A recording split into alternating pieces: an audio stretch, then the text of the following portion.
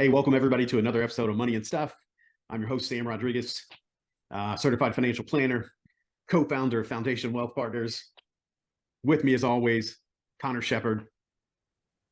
Conor, I'm here. Let's talk about what the people are here for. So last week we talked about, what did we talk about last week? Social Security. We're still sticking with the topic, and we were talking about taking Social Security early, what that could mean for you, taking it, that's full right. retirement age, all that. So this month is Social Security month, right? So we're talking all things Social Security, sort of your top questions. We talked about how it was calculated a few weeks ago. Last week, we talked about what happens if you take it early, what happens if you delay your filing. Another big question we get is, how is my Social Security going to be taxed? So we'll talk about that today. Yeah, so we'll talk about how it's taxed, what determines how it's taxed, what's not taxed, just kind of how it all goes. Yeah, we definitely get that question a good bit, and people asking us why are we being taxed on our Social Security? Do you think that would be a good jumping off point? Yeah, I think so. I think starting off with why we're taxed, because a lot of people that we talk to are surprised when we even tell them that their Social Security is taxed. A lot of people believe that it is non-taxable income. But just like most things that we talk about in finance, the answer really is, if people ask us, is my Social Security going to be taxable? The answer is it depends, right? So I think a lot of people, I don't know if they remember or they just assume, but at one point, Social Security was not taxable. So if you were receiving Social Security income, none of it was considered taxable. Because the way Social Security works is, people who are working now, the money that they're putting into it pays for the people who are actually receiving Social Security. And for a long time, those numbers worked out well, right? At the beginning, there were 5 workers for every 1 person receiving benefits. And then in the 1970s, that began to shift rather rapidly, right? 1, because people were living longer. And then 2, there was a high unemployment rate in the 70s and into the early 80s, right? So you had fewer workers because of unemployment and more benefit recipients because people were living longer, right? Modern medicine was getting better and better and better. People started living longer, so there were more and more recipients, right? By 1982, the amount of money that was coming in was much, much different. So in 1983, there was a strong bipartisan bill passed that was signed into law by Ronald Reagan that said, hey, if your income crosses certain thresholds, parts or a portion of your Social Security can actually be taxable. And what this did was actually shore up the shortfall in Social Security. So just like we're experiencing, we're looking ahead right now and seeing that there may begin to be a shortfall within the next 10 years or so. They were facing the same problem at that point in time. And what they didn't want to do was reduce benefits. So they were looking for ways to, 1, either generate revenue, or 2, to decrease the amount that was going out. What they did to decrease the amount that was going out was part of that bill increase the age, right? It used to be 65, then 66, and now 67. And then the other part was to begin taxing your Social Security benefits. And that money that is taxed for Social Security actually goes back into sort of the pot to help fund it. Right. So that's why Social Security is taxable now. Interesting. That actually, I actually did not realize that we had faced a similar situation in the past with Social Security in terms of, seeing that 5-10 years out, hey, we're going to be running out of money, or, the balance sheet on it is not coming out even. I didn't realize that we'd faced something like that before. So that actually makes me a little less stressed about, about us facing it again. I guess it doesn't make it any less uncertain, but knowing that they've dealt with it before tells me, okay, it's not an unknown to them completely. Yeah, it's a problem we faced before. Issue is, you think about that was 1983, right? So, 40 years ago. So our generation of lawmakers did not experience that, right? And they did not face that problem. Majority of them would have been either children, some of them maybe not even born yet, or maybe in their early 20s, at that time. Yeah. So, that's a good point. So it's something that we've faced as a country, but not something that most of these lawmakers that are in office now were present for, right? So it's a little bit of a new problem for them. right? They're not necessarily doing it in a bipartisan manner.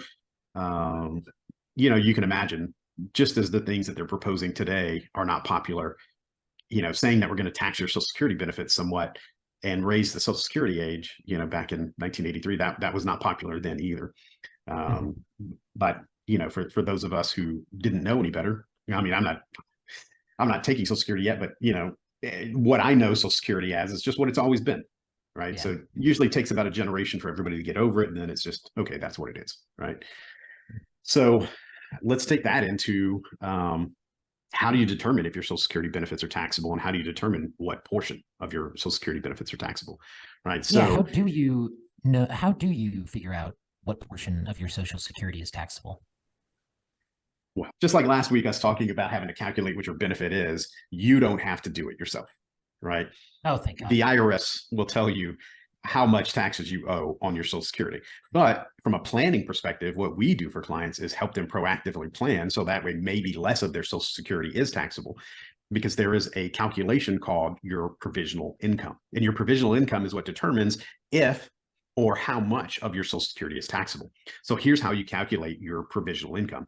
You take your adjusted gross income plus any non-taxable interest, things like so a lot of retirees have things like municipal bonds where they're receiving the income interest from, right, that they don't get taxed from a federal perspective. But when it comes to calculating your what I just call it, provisional income, it is counted. So Yep. so you add that back in there. You add back in your adjusted gross income and your non-taxable interest, and then you take half of what your Social Security benefit is for the year, and you add those numbers together. So adjusted gross income plus non-taxable interest plus 1/2 of your Social Security benefit, that equals your provisional income.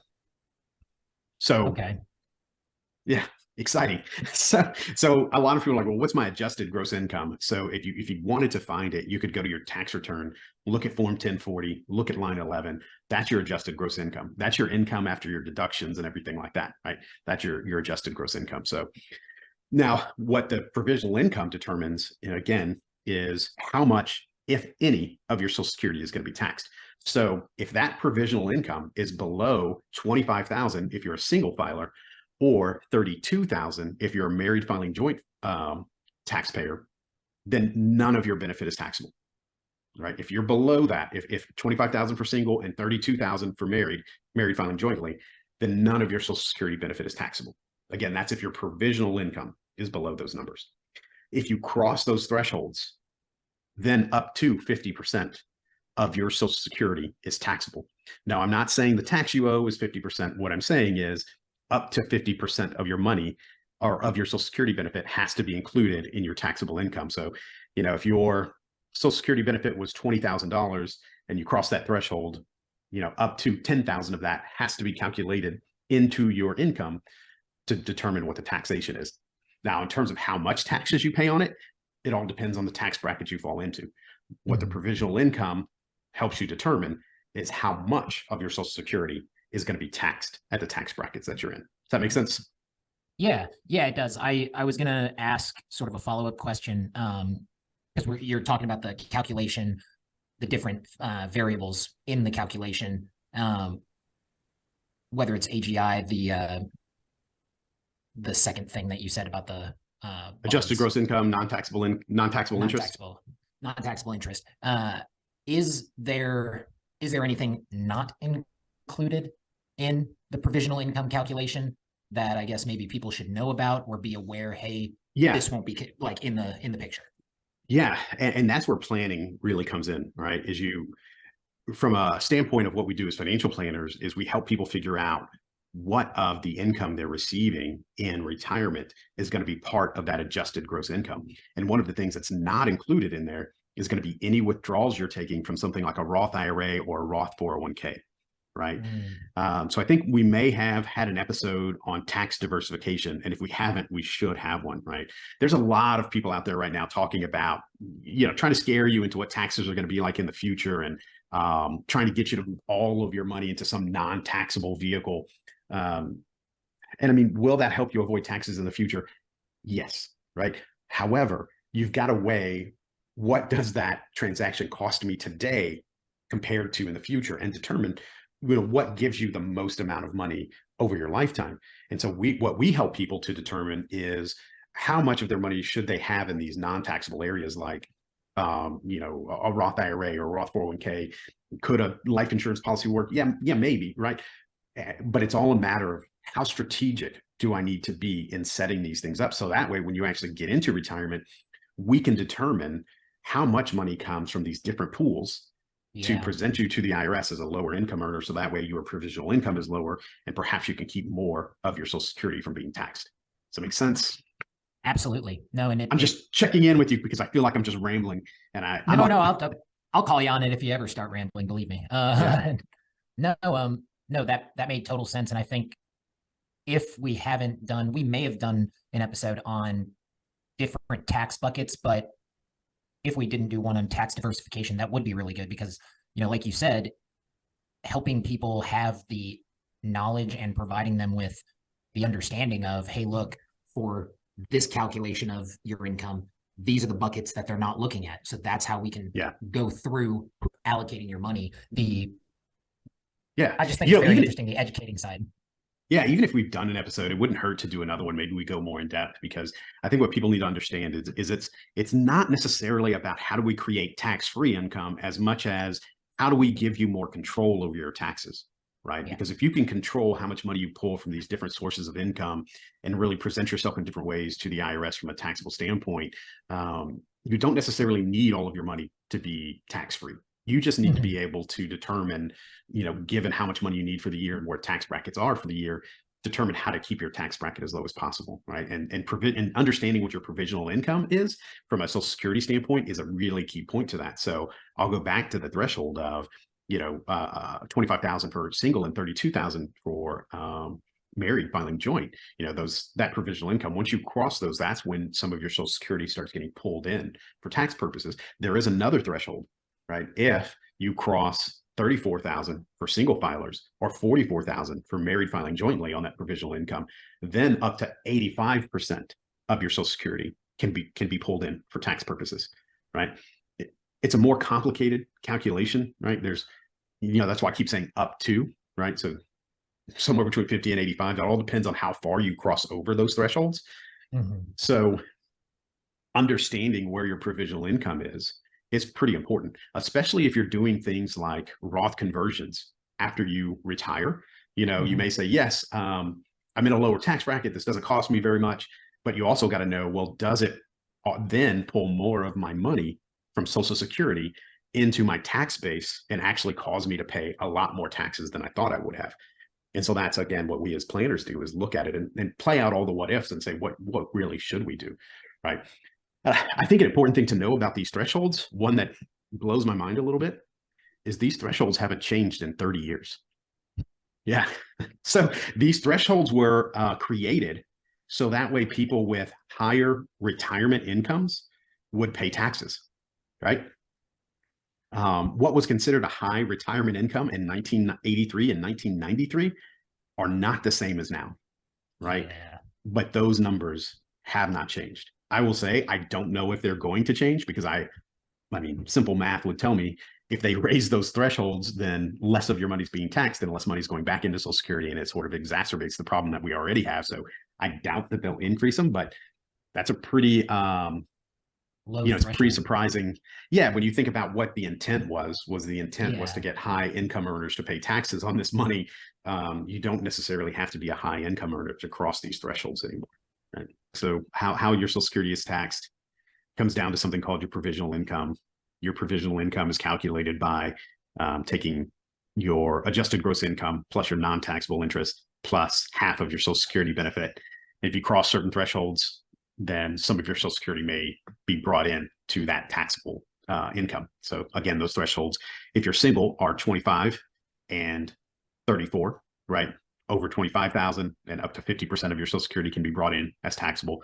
You cross that $34,000 threshold, up to 85% of your Social Security can be brought in as taxable. And if you're married filing jointly, those thresholds are 32 and 44,000. So they're not overly complicated. Actually, the deeper calculation is kind of complicated, but for simplicity's sake, those are the numbers you Government does it for you anyway. Government does it. Government doesn't. Don't worry about checking what they're doing. Yeah, Just they care about you. You know, they treat everybody like an individual. You're not just a number in the computer. that's right. That's right. All right. Another fantastic episode of Money and Stuff. Do we have a topic for next week yet? I mean, we can, if we wanted to, we could try and tackle that tax diversification. You know what? Is there anything? Did we have a fourth topic for Social Security to round out the month? Oh, you know what? We talked about it a little. You know what? Let's just go deeper into what we're facing with Social Security right now. Let's do that. Okay, that'd be fun. Yeah. So next week, let's talk about what the situation is, what is going to happen in the next 10 years with Social Security if we don't do anything, what some of the proposals are, how they affect things, who they may affect. I'm going to stop. Otherwise, I'll just keep talking. And everybody on here will get bored. All right. Thanks for listening, guys. Next week, we'll talk about what's happening with Social Security, what happens if we don't do anything, what some of the proposals are that are on the table right now, and how they may affect you. Again, if there's ever anything that you guys have in terms of questions, things you want us to talk about, email Conor C. Shepard. As in cat, Shepard. As in Shepard. Actually, it's not as in Shepard. It is SHEPARD. CSHEPARD at foundationwealthpartners.com. Send a question to Conor and we'll talk about it. Good enough. All right.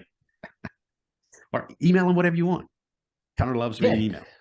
You want like a pen pal and you just want to be able to talk to Conor? Shoot him a message. Shoot me a message. Yeah. I'm fun. He's a good email conversationalist. We'll see anyway. I'm assuming you are. Definitely. All right. Thanks, guys. Talk to you soon.